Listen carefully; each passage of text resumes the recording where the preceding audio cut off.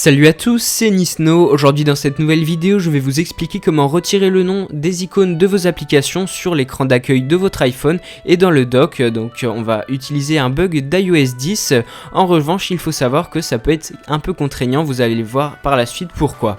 Donc pour faire apparaître ce bug, il va falloir ouvrir le centre de contrôle. Donc il faut le faire d'une main et avec son autre main, on va le remonter un petit peu juste au-dessus du dock et avec ma main droite, tac, j'appuie sur le bouton Home et vous pouvez voir que le nom des icônes ont disparu. Donc là vous pouvez voir qu'elles ont disparu, mais si je verrouille mon iPhone et que je le déverrouille, elles vont réapparaître. C'est normal, il va y avoir une autre manipulation à faire pour qu'elles restent après le verrouillage de son iPhone. Donc là vous pouvez voir que si avec ma main gauche je reste enfoncé, ça ne fonctionne pas. Il faut retirer la main gauche au bon moment pour avoir le bon timing. Vous n'y arriverez peut-être pas du premier coup, mais à force vous aurez la manip et vous pourrez faire facilement disparaître le nom des icônes.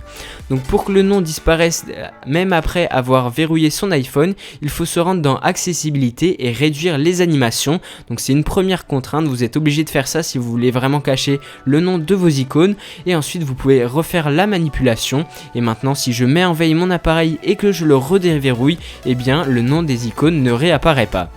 Donc voilà, maintenant vous pouvez prendre vos icônes et en mettre d'autres dans le dock pour effectuer ce bug avec toutes vos icônes. Maintenant, une autre contrainte qu'il faut savoir, c'est que dès que vous allez vous rendre sur la troisième page d'icônes de votre iPhone, eh bien tous les noms des applications vont réapparaître. Donc c'est bizarre, c'est comme je le disais, on utilise un bug, donc ce n'est pas parfait et donc ça pose quelques soucis. Vous êtes obligé d'utiliser la réduction des animations et en plus si vous vous rendez sur la troisième page de votre iPhone, vous perdez tout le travail que vous avez fait. Donc là vous avez pu voir que je l'ai fait sur toute la première page de mon iPhone et c'est plutôt stylé.